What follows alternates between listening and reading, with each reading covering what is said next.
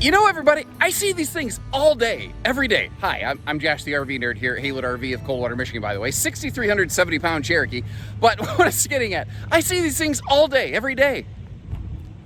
They start to look the same, you know? If you spend enough time looking around this business, everything looks the same, which is why I love it when a manufacturer surprises me. And that's exactly what happened last year when I got the first chance to see the 274BRB Cherokee right here. When I first saw the floor plan printout, I'm like, this is stupid. It's just a 26 dBH Grey Wolf where somebody played the shell game and rearranged some stuff inside of it. It's like my grandmother's living room. It looks different every time I go over there because she's always rearranging the furniture, but it's always the same 3 chairs, just in different arrangements. And certainly, in pure fact of the matter, that is what this RV is. But it's the way that it's laid out. Sometimes furniture arrangement A just feels better than furniture arrangement B. And the first time I walked inside one of these, I went, oh, I was dead wrong about that. This thing is fantastic. It has a feeling to me, like the very social feeling that you get in a rear kitchen travel trailer. You got that slide with the seating across one another, the big windows. It just looks and feels so big and open and airy. And it's just a super conversation piece. It's just begging you to engage in social aspects of the other people in the RV, the friends that you bring over, the family that's with you. It's big enough that you can spend some time inside and not just go have cabin fever. And it's cool enough that you're going to want to spend time inside. But it's got so many cool things going on the patio. You don't have to, and maybe you don't want to. I don't know. I love this thing. Maybe I'm crazy. Let me know what you think. I'm going to try to be fair, point out a couple things like the fact that it has a Camp Queen. But overall, this is a floor plan I'm personally really sweet on.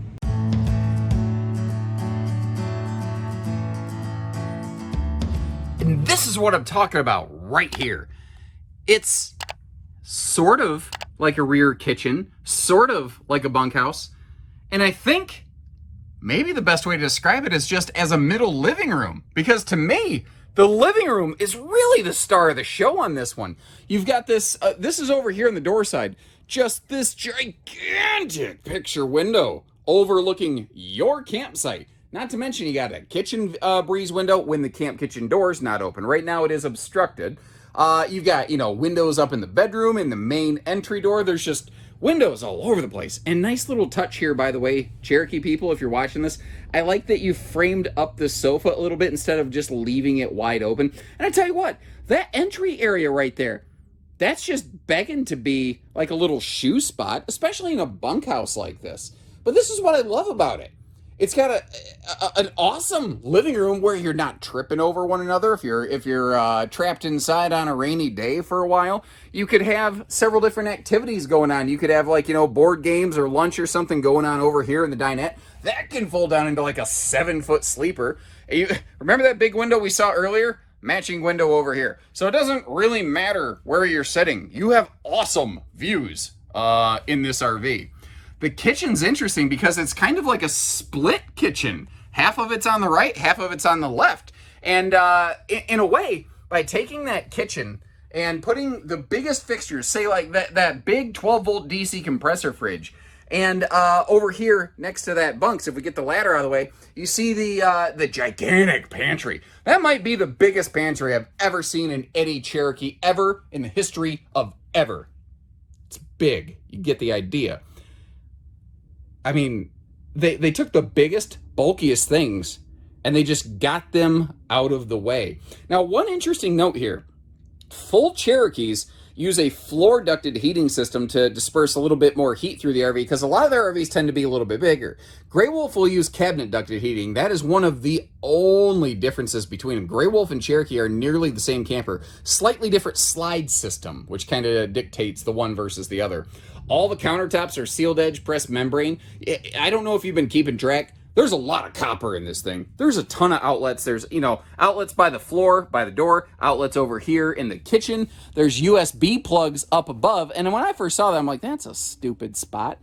And then I realized that's actually a really handy little phone charger shelf right there. Sometimes it doesn't even have to be intentional to work out pretty darn nicely. Skylight up top has that shade so you can close that down. And speaking of, fighting the summer heat, standard 15,000 BTU air conditioner on this thing. So the kind of air that tends to be optional elsewhere is just standard here, which is, I think, very nice.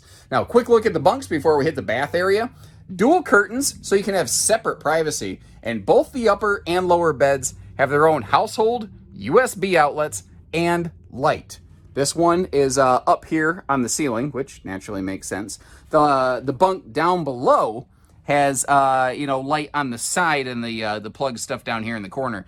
If I'm just going to be super picky about this, though, the only thing I can really say here is I just wish that window right there opened. But, I mean, I'm grasping for stuff to criticize on this one. And if there's one area I think Cherokee pulls ahead of a lot of brands, there are several really good, arguably best-in-class qualities going on in this bathroom space here. Like the bigger vent fan up top. Like you find stuff like that in Rockwoods, but not usually in stick and tin trailers. By the way, this is 6.5 foot tall inside. So if you're my size, your head's gonna be up in the skylight a little bit. I can deal with it, you know, it's not like my head's banging into things. This is definitely like the main entry door doesn't have a shade. It's shade ready.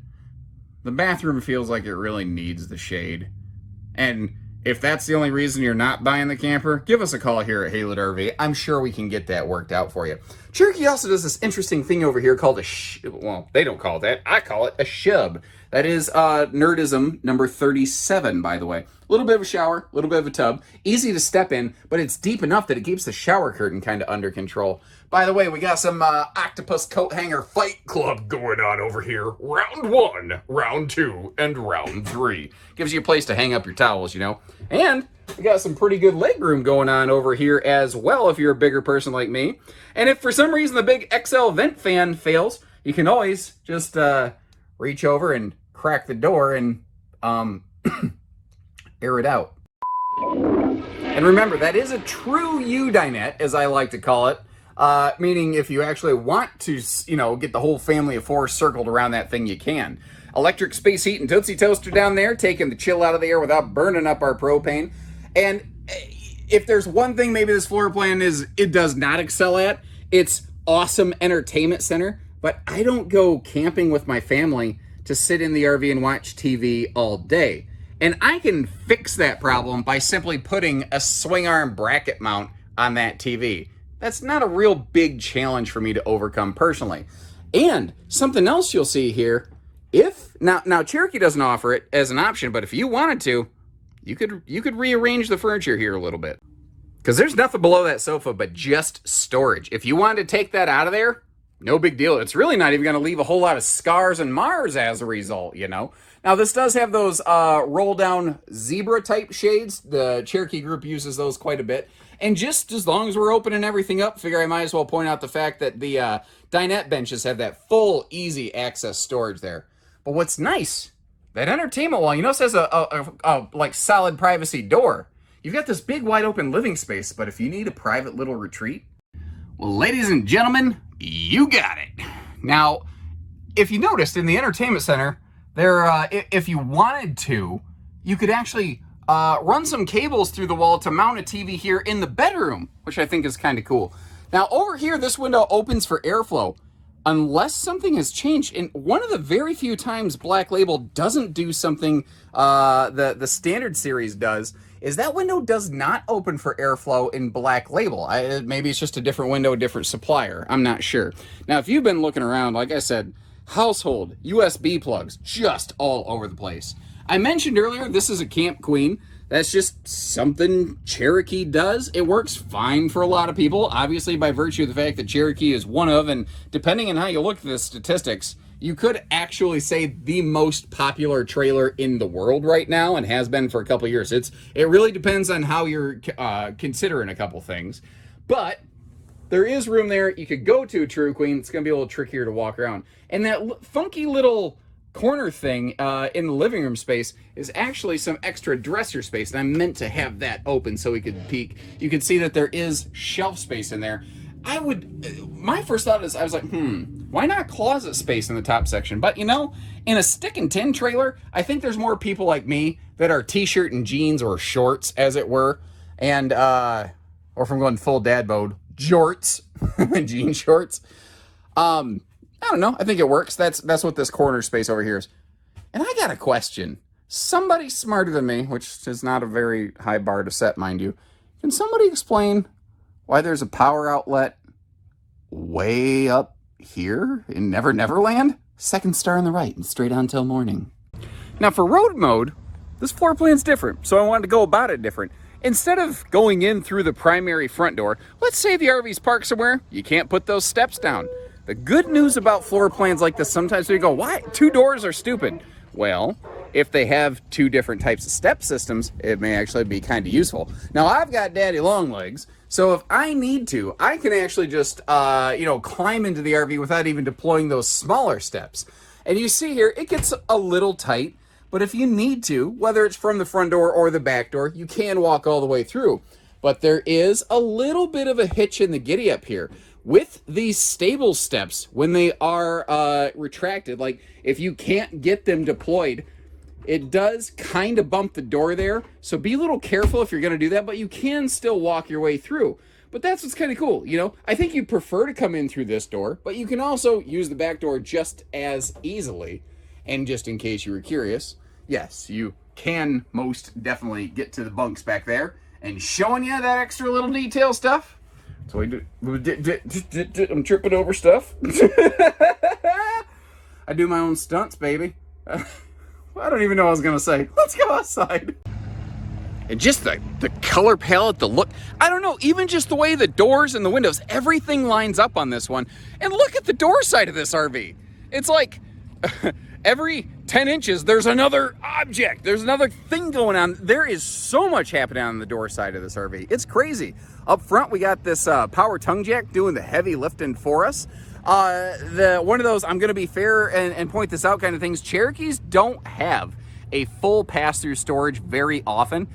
They tuck their water heater and outside shower and some utilities like that up there, which allows them to do some other things in the floor plan. Like what you're going to see is this by extension has big storage under the rear bunks because they didn't have to, put a water heater and stuff down there. And it allows their team to standardize and build things more consistently, which there's a lot of benefit to that. You see those, I call them Invisaview entry doors, those tempered glass fronts with the easy see-through door. And right here under that patio, you've got your camp kitchen, you got your outside entertainment hookups, door, well, primary door, I guess you'd say, big breeze window too. Even on a drizzly day, you are well protected there.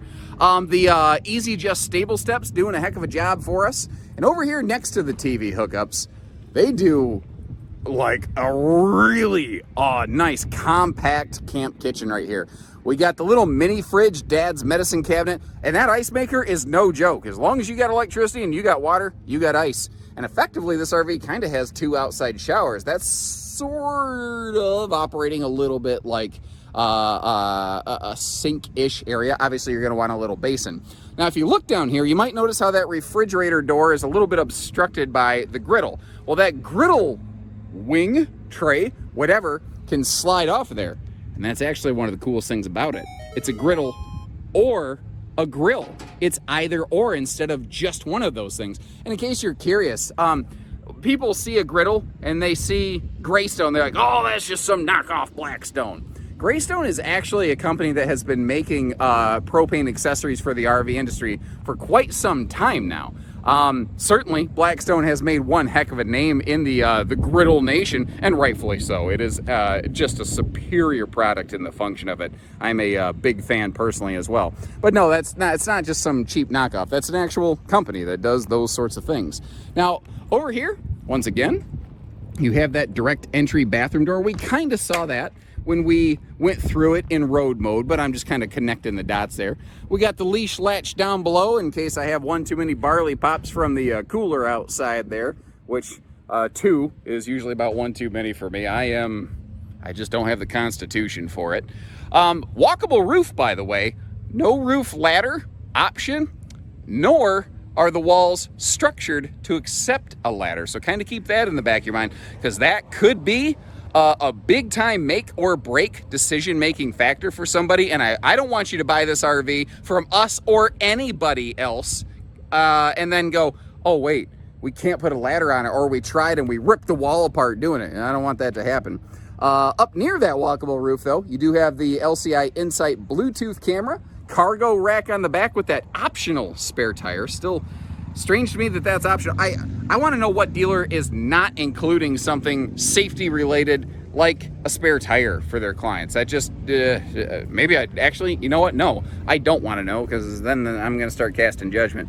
And again, over here under the big rear bunks, this is wide open. And that to me is potentially, I think, one of the secret weapons for this RV.